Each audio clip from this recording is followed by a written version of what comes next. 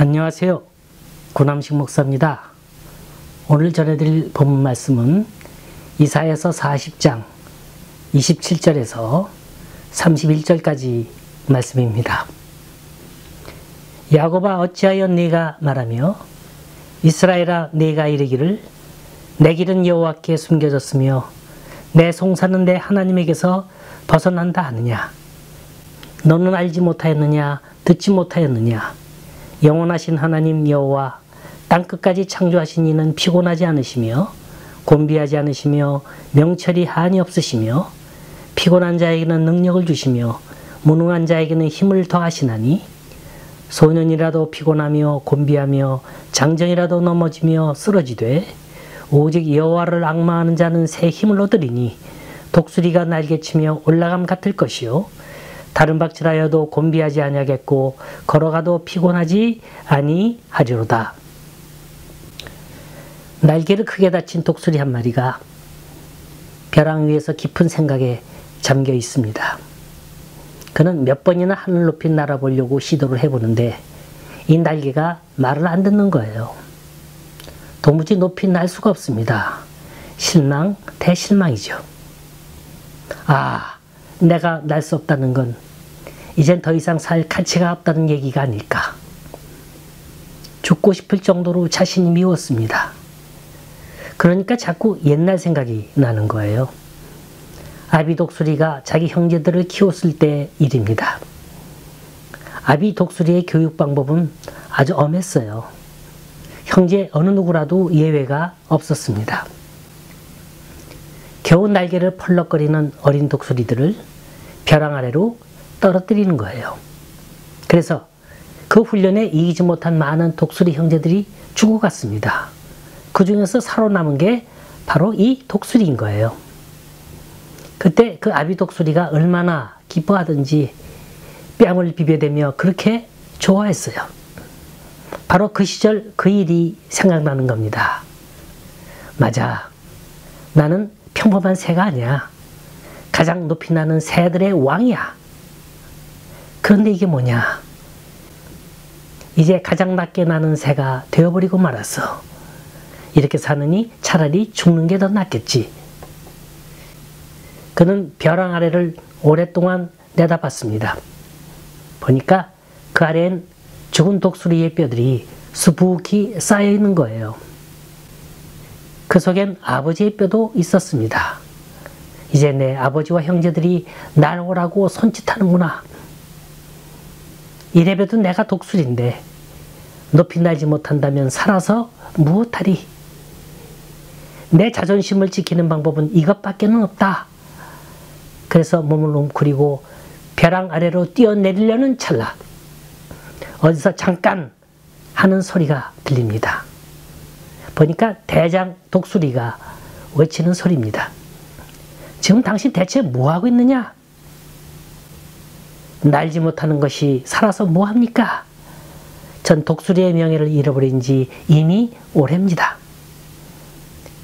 그 말을 듣고 대장 독수리가 한참 생각에 잠기더니 그 죽겠다고 하는 독수리를 향해서 날개를 활짝 펴보이는 거예요.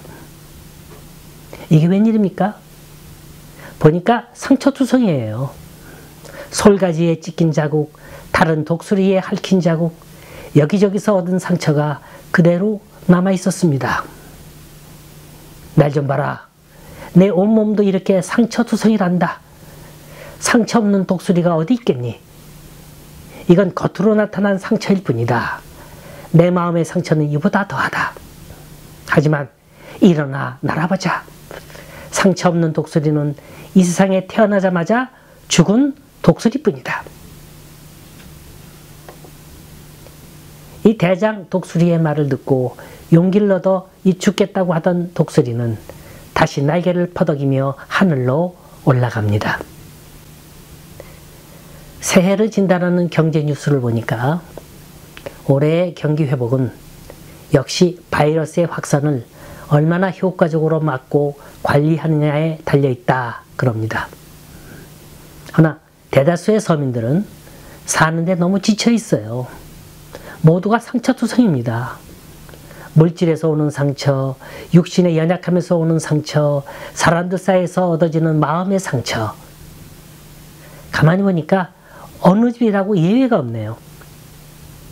이처럼 인생에 환란이 몰아닥치고 풍파가 닥치면 낙심하고 절망하고 어디론가 숨으려고만 합니다. 미국 속담 중에 이런 말이 있어요. 당나귀가 쓰러지는 건 맨 마지막에 올려놓은 모자 하나 때문이다. 그래요. 짐 싣는 당나귀가 자기 힘에 넘치는 짐을 다 올린 후에 주인이 땀을 닦으려고 모자를 벗어 당나귀 위에 올려놓습니다.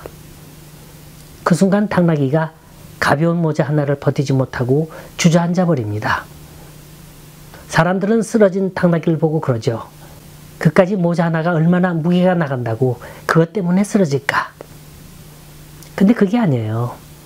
당나귀가 쓰러진 건 모자 때문이 아니라 그 전까지 당나귀가 지고 있던 짐들의 무게 때문에 그런 겁니다.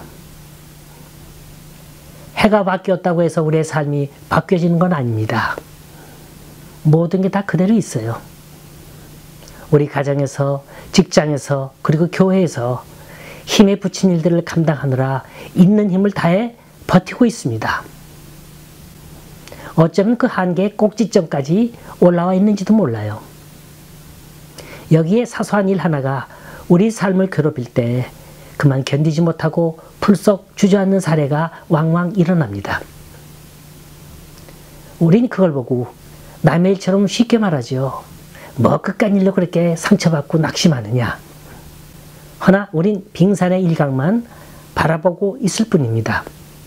그 밑에 깔려있는 거대한 얼음 덩어리는 보질 못합니다.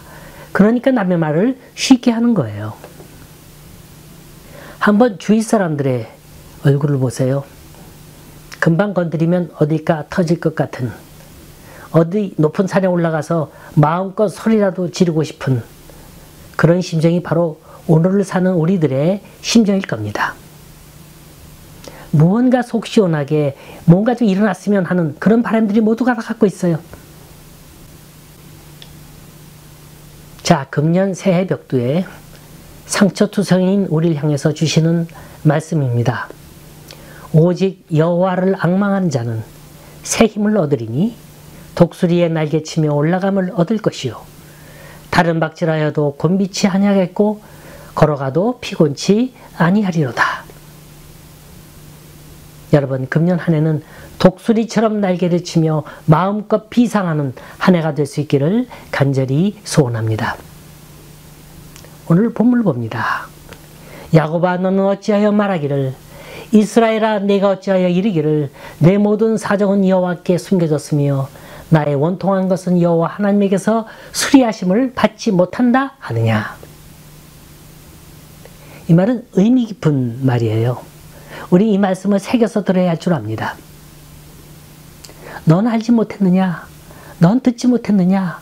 너 왜 낭망하느냐? 너 왜 우왕좌왕하고 있느냐?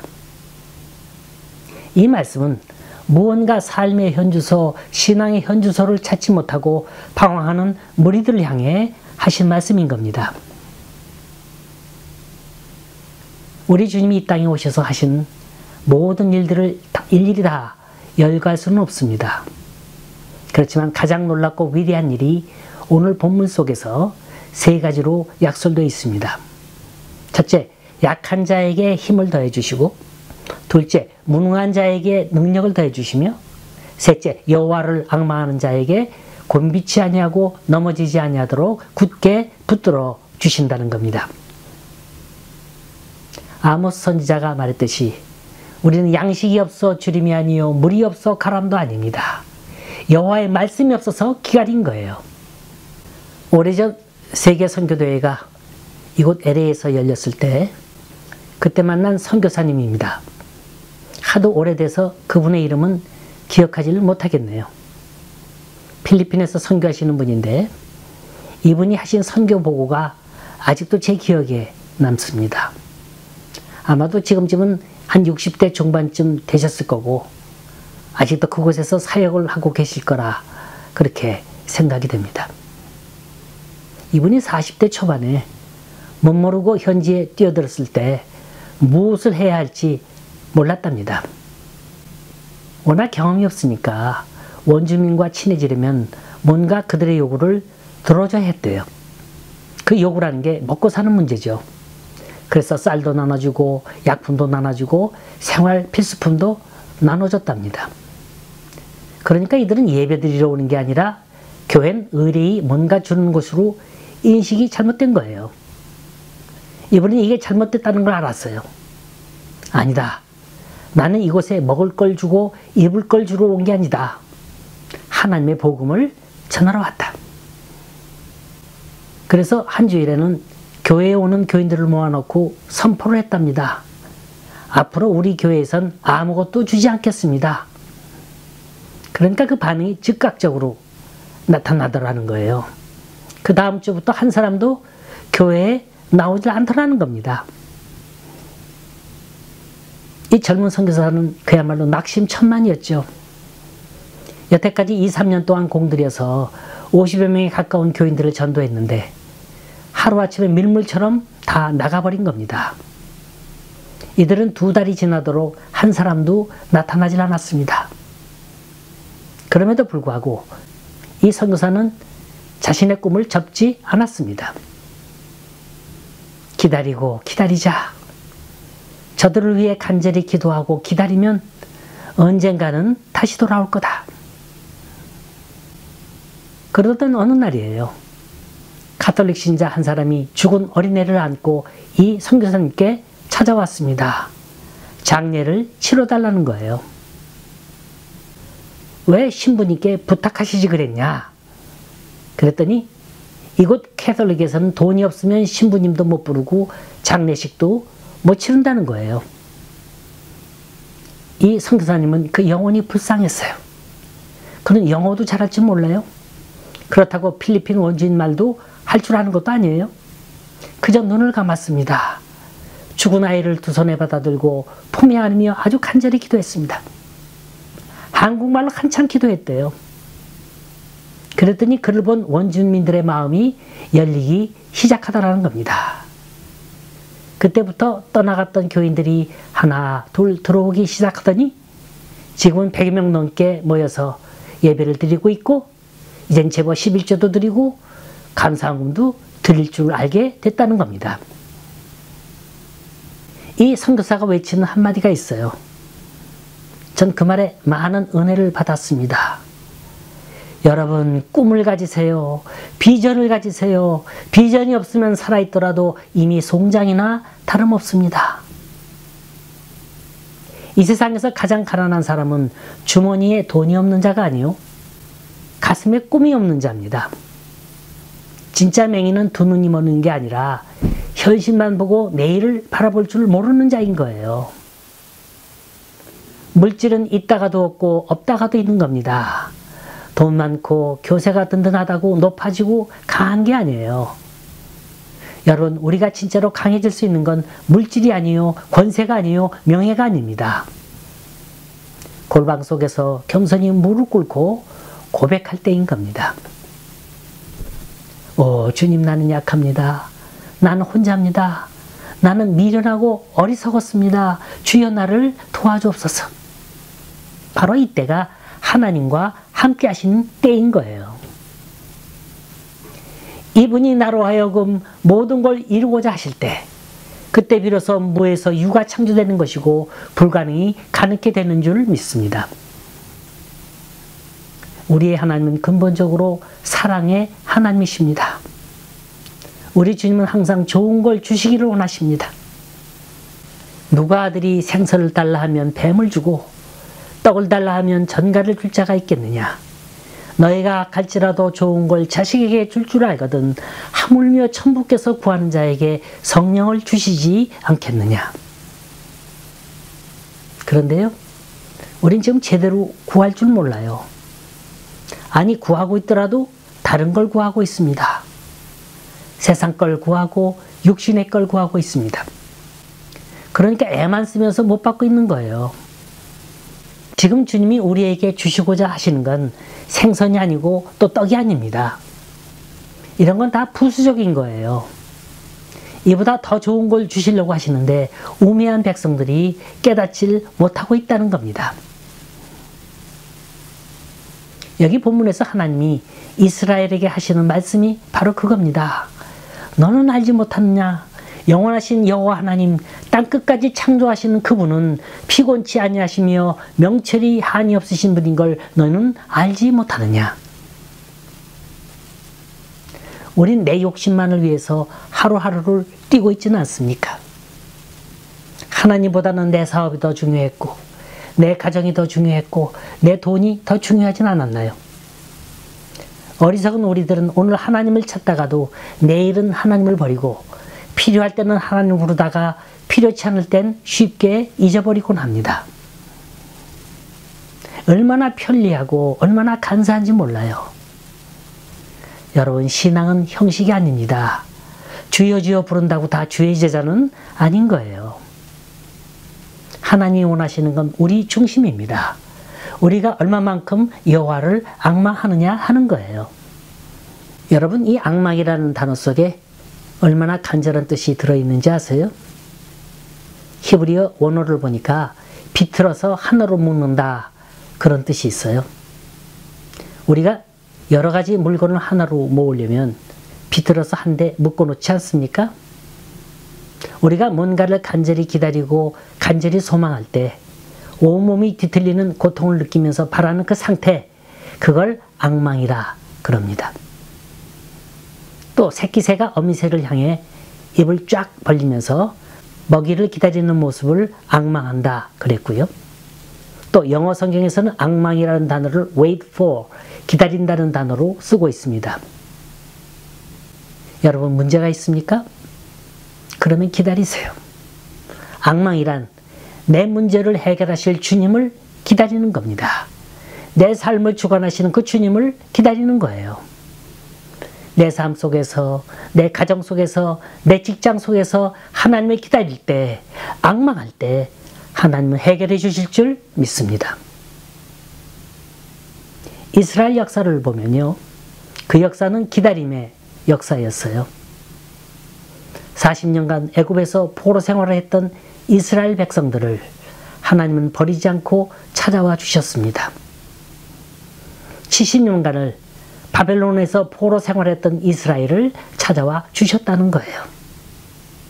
자, 어떻게 그들이 하나님을 바랄 수 있었겠습니까?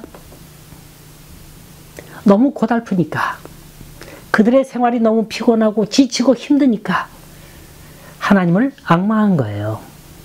기다리고 기다린 겁니다.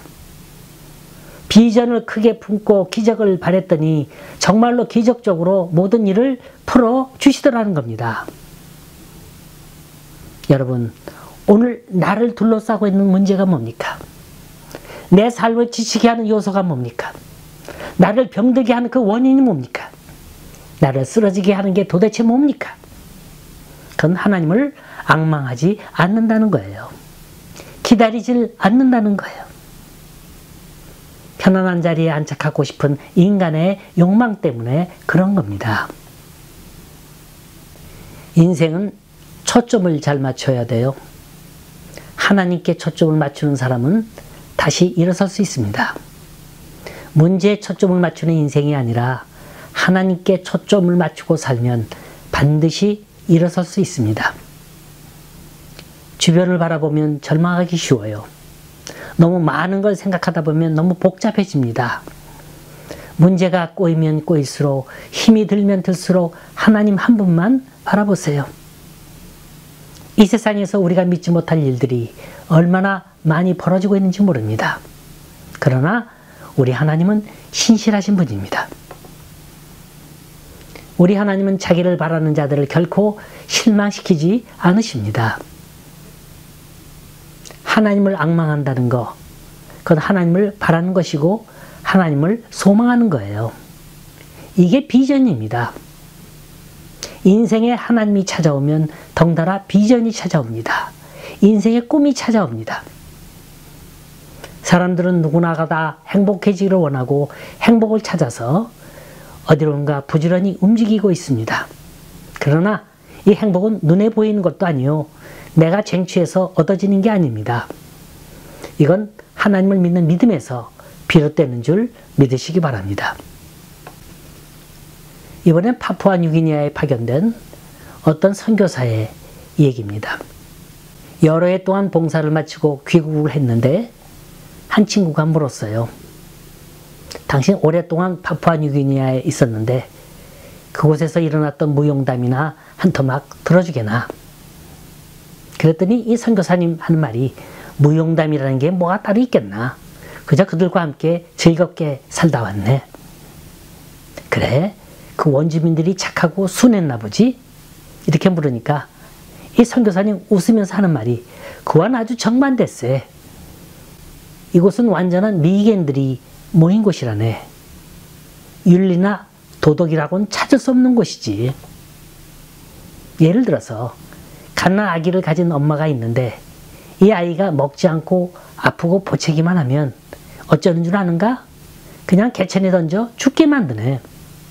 또 늙으신 부모님들은 어떻고?